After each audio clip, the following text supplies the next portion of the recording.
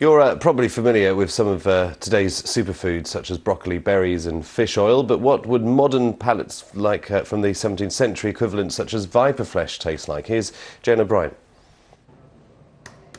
Chef Armstrong whipping up pancakes from a 400-year-old recipe.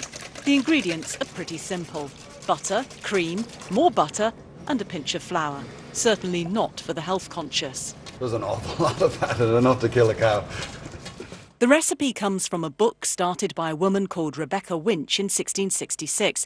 And apart from the death-defying pancakes, it shows how people then made little distinction between food and medicine. They explored it, they experimented with it, they tried all kinds of crazy things. One of the ingredients in one of the dishes that we're playing with is viper flesh, So I don't know that we necessarily need to eat that to be better people today, but there are certainly tremendous health benefits in thyme, rosemary, sage. All these ingredients have great benefits to our health and well-being, and we've forgotten about them, and we really ought to bring them back and reconsider it. Okay, so this is a recipe that cures the plague, apparently. Plague was a regular hazard in the 17th century. Rebecca's cure calls for a potent blend of wine and herbs. Mix it all together and see what happens. Hopefully it doesn't explode. Ooh, not too bad. Kind of smells like Christmas pudding. The original manuscript is kept under lock and key at the Folgers Library.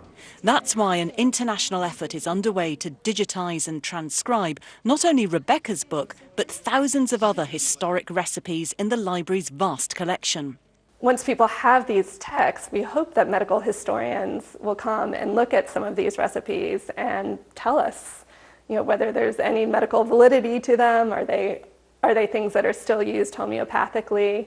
I mean, we just don't know because the right people haven't had their eyes on the manuscript. Now this is a typical entry. You've got a recipe for pickled fish, pancakes, and then a cure for worms on the same page. Right, this is a powder for worms for children. And once you mix together the rhubarb, worm seed, and other ingredients, you take as much as will lie on a sixpence and administer it to a young child.